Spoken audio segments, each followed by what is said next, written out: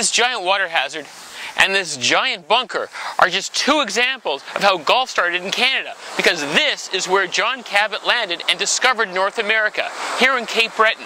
In essence, that makes him the father of golf in Canada, which in essence makes him the father of CanadianGolfer.com, and that's where you are right now.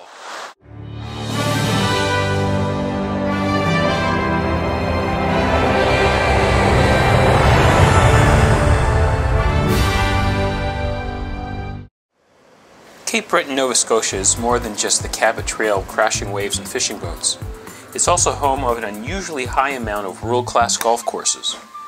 Well, I think, you know, there's a great variety of golf. With the Highlands ourselves in Bell Bay, Le Portage and Dundee, and some new offerings within the next few years at Cabot Links, a true links golf course, and the Fortress of Louisbourg. I think there's not an area in the country that offers that kind of diversity in a short distance, and especially at the affordable rates that's available.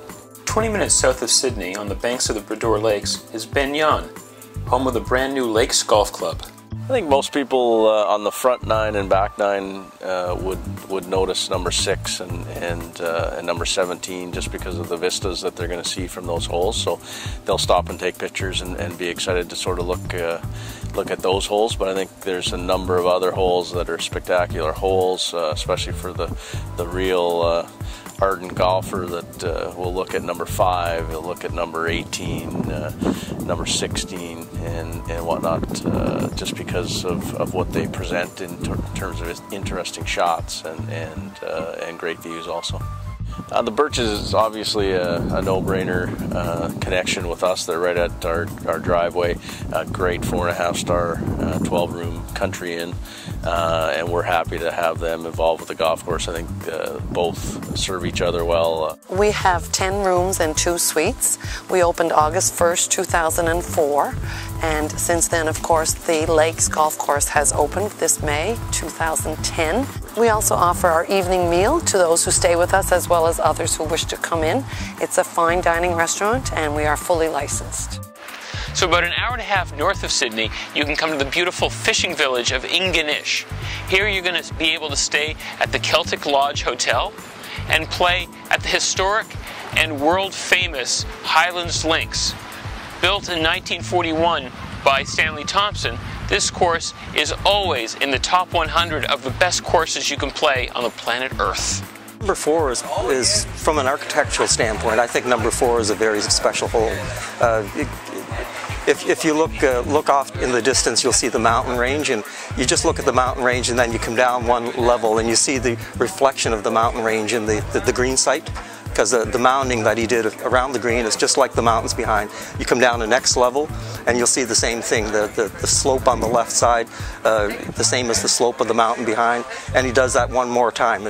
So he's got bang, bang, bang, 4 different layers for his hole, and it's just special looking. Number 7 is probably one of the greatest par 5s you'll ever play. It's just really wild as far as the contours and the fairway goes. You get incredible lies. There's a big mound right in the landing area, so you might hit a really good drive and end up with a severe uphill lie with 350 yards left to the green, sort of thing. So that's a special hole, especially when you get to the green. You think the contours are amazing in the fairway. When you get to the green, the contours in the green are amazing. So it's a very special hole. 15 is probably the most photographed hole on the golf course. You see why when you play it. It's you have Ingonish Island in the background, and again Stanley has the mounding around the greens. It looks like the island as well. He reverses the island in the mounding behind the green as well. So that's a very special hole. And probably the most panoramic hole is number 60, from number 16 green. From the 16th green, you get a really lovely panorama view of the ocean and the mountains and the golf course. And Stanley Thompson referred to this course as his mountains and ocean course, and that's a perfect example of the mountains and ocean. Make sure when you come to Cape Breton, though, you make some time to go whale watching. It's absolutely incredible.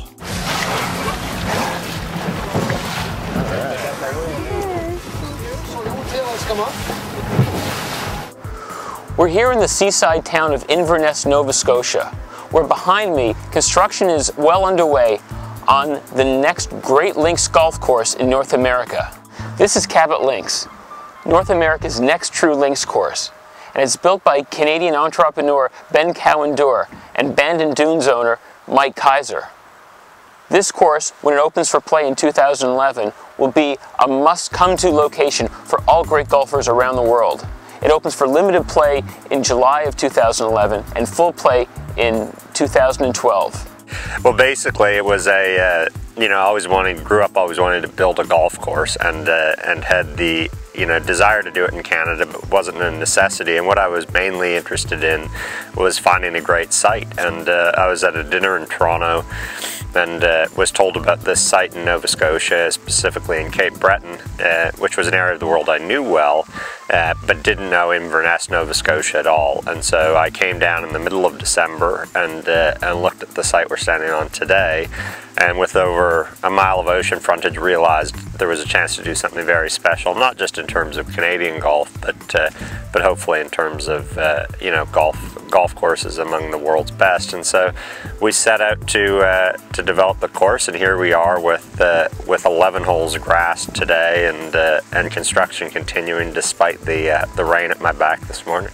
There's no doubt without Bandon Dunes I never would have thought of this. I would have seen the land and thought, sort of wistfully, that this would have been a great site for golf. But Bandon, was really a game changer in terms of golf. It was remote, it was on the ocean. There weren't buildings on the ocean. Mike kept all the infrastructure inland, and so you really maximized the golf out on the ocean. And they were the phrases that came to mind when Bandon opened were, and you heard repeated, were pure golf, or golf as it was meant to be played. And it really felt like that. I mean, it really felt like why we'd all been going to Scotland and Ireland and England to see all these great links courses.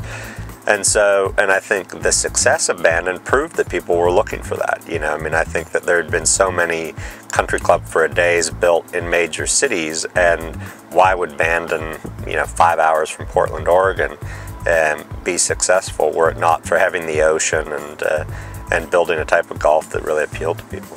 One of our favorite places is just down the road, about 7 minutes to the south of us, which is the Glenora Distillery, which is the only single malt distillery in North America, and they have an inn as well as some cottages and a pub and a restaurant. So that's sort of the nearest and best solution. A lot of golfers have always dreamed about going to Scotland, but there's two things that usually stand in their way: money and time. Well, there's an inexpensive alternative that's just around the corner, and it's something you should try out.